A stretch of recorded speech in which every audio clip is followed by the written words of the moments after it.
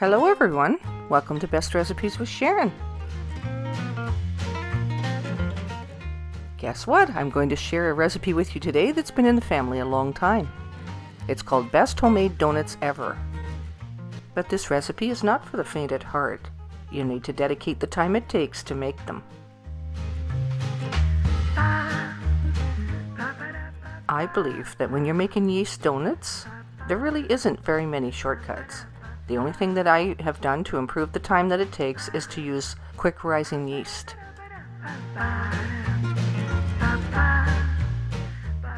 And just a quick reminder that my cookbook's available on Amazon, and I've provided a quick link in the description below this video. Alright, so let's get right back to making this wonderful recipe. Now first we'll start with about a half a cup of lukewarm water. I've made this so many times over the years that I know how warm it needs to be, so I don't use a thermometer. But if you want to use a thermometer, it should be between 70 to 80 degrees Fahrenheit. And of course you're placing that in a large mixing bowl, and you add 1 teaspoon of white sugar. This is just to activate the yeast. Go ahead and measure and add 2 tablespoons of quick rising yeast. And let that sit in the bowl for at least 10 minutes. But before we go any further, I thought it was important to include a few tips on baking with yeast. Be sure to store your yeast in a cool place like the fridge. The ratio of your ingredients matter, so pay attention to the measurements.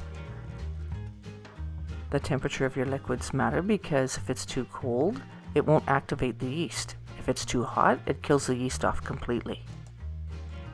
And another couple of tips to remember is that yeast feeds on sugar, and to know that salt slows or stabilizes the yeast. Alright, knowing all that, let's move ahead with the recipe. Turn your heat on to medium-high, pour 1 cup of milk into a large pot, and add a teaspoon of salt, and 1 cup of butter,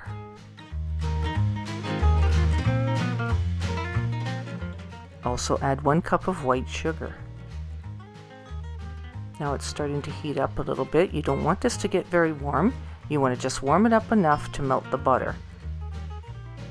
I stand by and stir it while it's melting, just to speed the process up a little bit and to make sure that it doesn't overheat. I'll even go ahead and remove it from the heat before the butter's completely melted sometimes and continue to stir it until it finishes. Now this will likely be a little too warm at this point still, so no worries, we still have to add some water. Add 1 cup of cold water. Now this will help to cool it down to the right temperature. I just check the temperature by touching it with my finger. Once the liquids have cooled down enough, then you go ahead and add it to the yeast mixture. The yeast mixture will look a little bit frothy and bubbled up a little bit once it's fermented. So we'll go ahead and mix this together a little bit so that it's well incorporated. Now then, I add 2 large eggs and 1 cup of all-purpose flour. Now you probably noticed already I used a paddle attachment on my mixer, and I have it do all the work for me. And just to think, you know, that I used to make these when I didn't have a mixer, and I used to do it all by hand. Boy, that was a labor of love. Now then, go ahead and add 2 more cups of all-purpose flour. Mix that in. Here I'm adding another 2 cups of all-purpose flour. And once again, mix that in. Now this time we're going to mix it a lot longer than we did when we added the flour before, because I want to get this to mix to the point where the dough becomes very elastic. So go ahead and beat it and beat it and beat it. Beat the heck out of it. And you only know that you've beat it long enough when the dough starts to look like this. I'll show you the texture. Add 2 more cups of all-purpose flour. And now that the dough is getting thicker, you have to beat that on the slower side or the flour will just poof out at you and be all over the counter. Once the dough has been mixed in a little bit, you can speed it up and give it a good beating. Now let's take a look at what the consistency of the dough is now. It'll look pretty good. It takes a lot longer for that dough to leave the paddle attachment. Now when adding a little bit more flour, Add a little less at a time because you don't want to overdo the flour. It would be really hard to reverse that. So only add maybe a half cup at a time until you get the dough to the point where it's kneading consistency. In fact, I stop short before it gets to kneading consistency where it's still a little bit tacky, and I take it out of the bowl and I knead it by hand just to be sure that I haven't added too much flour.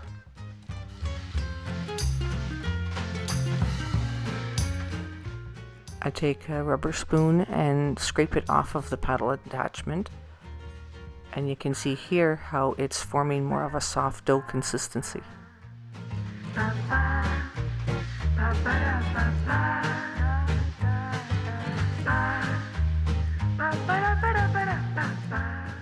And yes, it's still plenty sticky, but that's the way I like to start out when I'm putting it onto a floured board, and I want to get my hands on it so I can feel the consistency. And less flour is more when it comes to this point in the kneading of the dough. So only use what you absolutely have to use to get the dough to shape and to be soft and airy.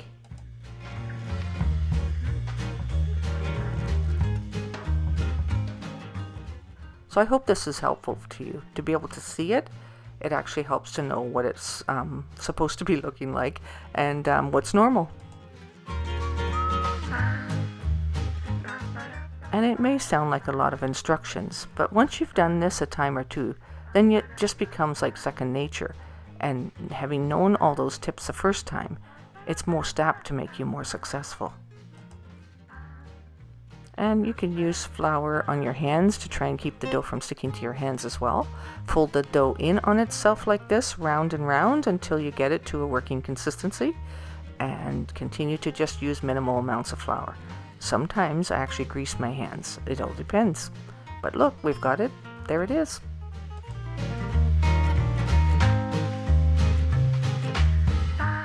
Now we have to let this rise in a warm place, so I go ahead and wash my bowl out with warm water, dry it off really good, give it a fresh spray of oil, and that's just so that your dough doesn't stick to the bowl.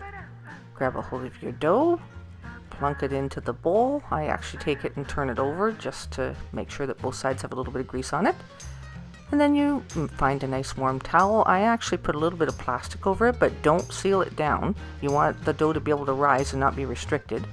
And then I cover it with a towel, and that plastic just keeps the towel from sticking to the dough. Set this dough in a warm place to rise for about an hour and 15 minutes. And don't forget to time it. And while you're waiting, you might want to read a good book. This book is available on Amazon, Google Play, and Apple Books.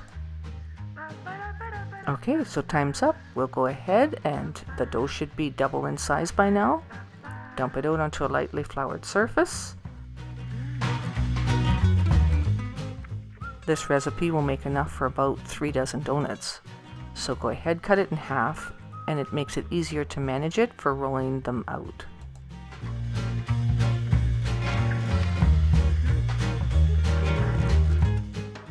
Roll your dough out until it's about an inch thick.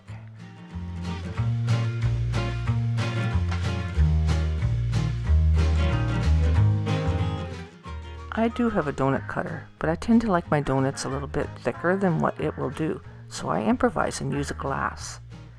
And I like my donuts a little bit larger than what the donut cutter is as well, so you can do whatever size you want. But this is what I do, so this works quite fine. And you can do this too if you'd like. Makes it a lot easier than trying to go find a donut cutter. But of course, for making the holes in the middle, you'll have to improvise again. I used the top off of my vinegar bottle. I washed it, floured it, and went ahead and made the donut holes. Now, whatever you use, make sure that it's something that's not toxic, that you're taking your lids off of to use for cutting these, of course. I cut the donuts. I go ahead and I place them about an inch apart onto a prepared cookie sheet that's had parchment paper placed on it. And I just grease a plate to put the donut holes on. Here in Canada, we might call those timbits.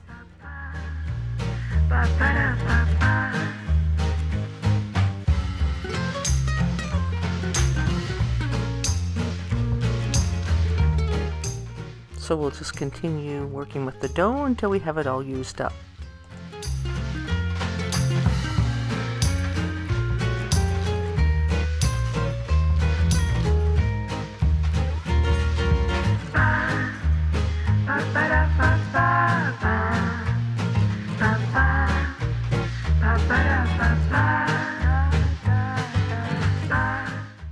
In order to use up the leftover in between pieces of dough, put them all together and re-roll it.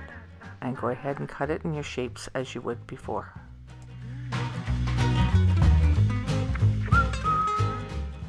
So like I said, this is a fairly large batch of dough and it will make up to 3 dozen donuts or so. It depends on what size you make the donuts, of course. So once the donuts are all cut, you go ahead and cover them with a towel and let them rise again. Probably for another hour and 15 to an hour 20 minutes, something like that. And there's really no need to use the plastic barrier this time. Once the donuts have had time to proof or rise again, then we get ready for the next step. You then go ahead and place some canola oil about halfway up a medium-sized saucepan. Now we need to heat the oil up so that it's between 375 degrees and no more than 380. And that's going to be the tough part, to keep the oil at the right temperature. I've got used to doing it, so I don't use a thermometer anymore. I know what the temperature needs to be, so I'm always adjusting it up and down throughout the whole frying process. And you'll still have to do that as well, even when you have a thermometer, as you'll have to adjust your heat up and down a little bit. So once it's heated up, keep it between mid to low range heat so that the donuts will take approximately 30 seconds on each side to fry and brown up. And I use tongs or a fork to turn them over. And it is rather important to fry the donuts in small batches, so be careful with that. Don't fry too many at once because the oil temperature will drop on you too much, and then the donuts may absorb too much oil. You want to make sure that you keep the temperature as even as possible. So I've got used to frying donuts 2 or 3 at a time, and it usually works out quite nicely. And so you want to handle the donuts carefully once they've risen the second time, because you can deflate them fairly easily. And so you just keep frying the donuts 2 or 3 at a time until you have them all fried up using the same oil. And if you find that your oil gets a little too hot on you, it's okay to remove it from the heat just for a minute or 2 to get it to cool off quickly. And you have to stay right with it. Never leave that oil unattended. And you'll get used to the heat being adjusted up and down. You'll know how to go about that just by looking at the oil and how many bubbles are forming around the donuts. And it's important, of course, to keep your temperature right, because you want to make sure those donuts aren't doughy inside. They need to cook through, so you don't want your heat too hot so that they are doughy, and if it's too cool, they get a little soggy. So yeah, it's a little bit of an art to develop and a skill that you will learn very quickly. Now I did cut a couple of round ones that I didn't put holes in the middle, and I did that on purpose because I do some Boston cream donuts, which I'll show you in a separate video how to make the Boston cream if you're going to do that. Right, last but not least is to go ahead and do the donut holes. We'll just put those little Timbits into the oil. They'll puff up and get a little bit larger, but we want to make sure that they'll turn over and stay over, so I usually fill it up with another couple of donuts. And this is where I would put in the donuts that are for Boston cream, because they have no hole in the middle. So if the oil does decide to decrease in temperature a little bit, it's a good thing, because these ones do take a little bit longer to cook. And I go ahead and stir it around so that the Timbits move around and that they brown on both sides as much as possible. So stirring it during the process is important at this point. Yeah, sorry, I called them Timbits, but really donut holes, whatever they are, I will go ahead and remove them first once they've cooked. And like I said, I try to make sure that the oil temperature is just a little bit on the lower side of the heat scale to do the Boston cream ones. And that's to ensure that they cook through properly. And once you're done frying all your donuts, don't forget to turn your heat off and remove your pot of oil from the heat source.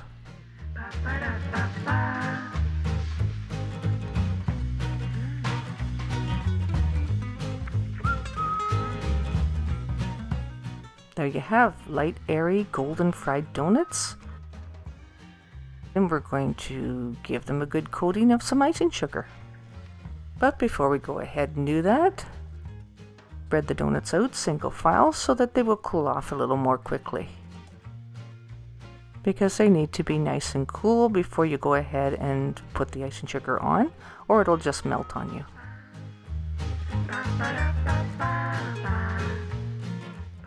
Here I just put a little icing sugar in a bowl and I throw the little donut holes in there and just mix them around until they're all evenly coated. And these are really nice because they're bite size. They're really great for snacking on. So of course I gotta go ahead and try one. So good.